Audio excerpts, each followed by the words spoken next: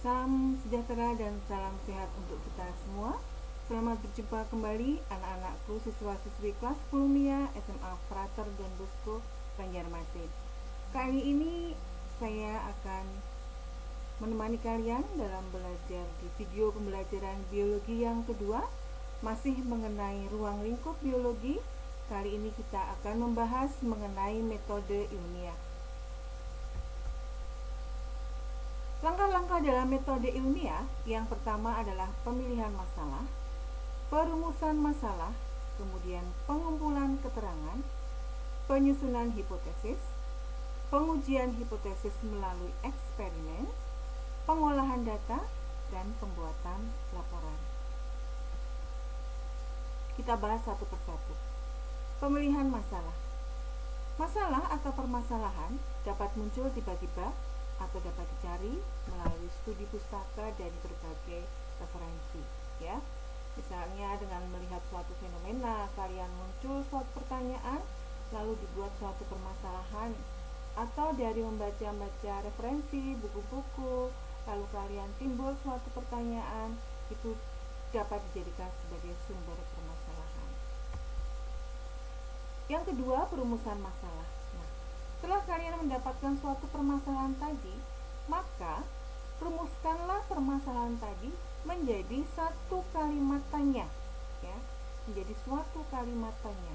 Itu yang disebut dengan perumusan masalah. Kemudian pengumpulan keterangan. Dari rumusan masalah itu, ya, kita akan mencari banyak referensi.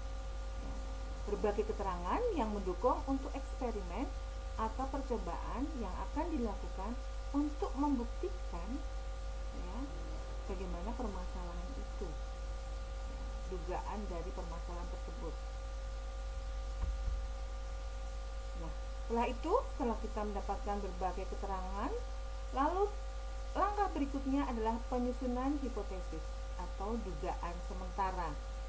Setelah mendapatkan informasi dari berbagai sumber mengenai permasalahan tersebut, maka dibuatlah hipotesis atau dugaan sementara berupa pernyataan mengenai dua variabel atau lebih yang memungkinkan untuk pembuktian empiris atau ya, pembuktian atau eksperimen secara nyata.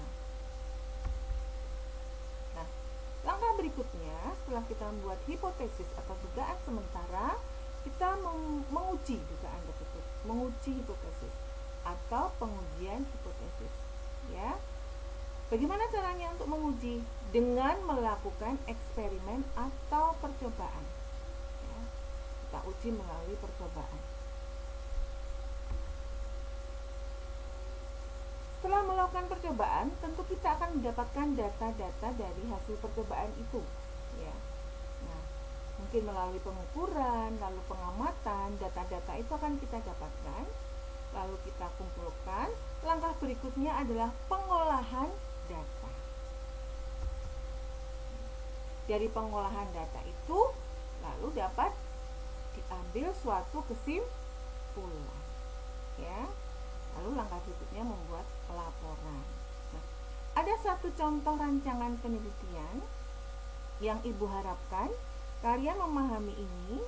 Nanti langkah berikutnya kalian harus membuat percobaan sederhana sendiri-sendiri sesuai dengan metode ilmiah, ya.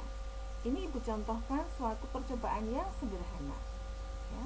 Kalian nanti mencoba, tetapi terlebih dahulu memilih rumusan masalah, kemudian judulnya, tentukan variabelnya, lalu konsultasikan dulu dengan Ibu. Oke, nah ini contohnya. Ada seorang siswa akan melakukan penelitian tentang pengaruh cahaya dan air bagi pertumbuhan. Ya, mungkin dari pengamatan dia, dari studi yang dia lakukan melalui studi literasi, dia mendapatkan permasalahan bagaimana ya pengaruh cahaya dan air itu terhadap pertumbuhan. Maka siswa tersebut mengambil contoh atau sampel dari tanaman kacang hijau, ya, sehingga dia membuat rumusan masalah, adakah pengaruh cahaya matahari dan air bagi pertumbuhan kacang hijau. Nah, itu rumusan masalahnya. dalam kalimat kalian. Kemudian siswa tersebut dari rumusan masalah yang ada, dia menjadikan sebuah judul, ya, pengaruh cahaya matahari dan air bagi pertumbuhan tanaman kacang hijau. Ya, paham ya? Jadi permasalahan dulu, baru dibuat judul. Setelah dibuat judul, uraikan dulu variabelnya. Ya.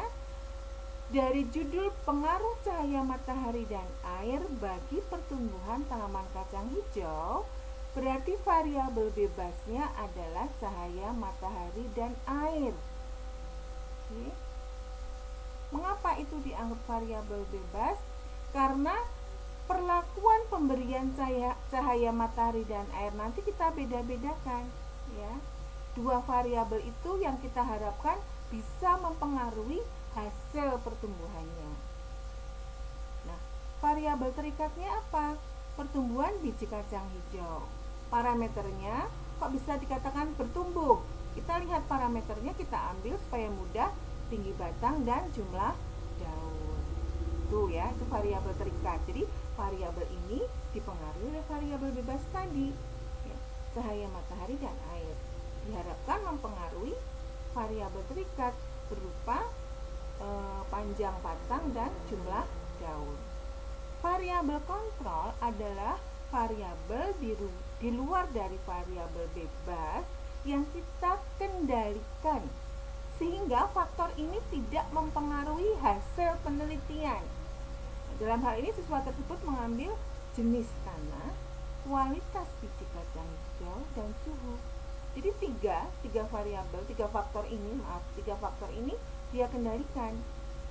Jenis tanahnya harus sama, kualitas biji kacang hijaunya harus sama, dalam suhu yang juga harus dikendalikan, ya. Jadi harus sama, yang dibedakan hanya cahaya matahari dan air, ya. Jadi variabel kontrol ini adalah faktor-faktor yang dikendalikan di luar variabel bebas sehingga tidak mempengaruhi hasil penelitian. Itu ya, jelasnya. Oke. Nah, untuk itu, setelah melihat video ini, buatlah sebuah judul penelitian dari suatu rumusan masalah. Buat yang sederhana sehingga dapat dilakukan, lalu konsultasikan dulu dari mulai rumusan masalah, ya. Kemudian masuk pada judulnya, lalu tentukan variabelnya. Oke, setelah kamu tentukan variabelnya dan sudah benar, baru masuk pada percobaannya.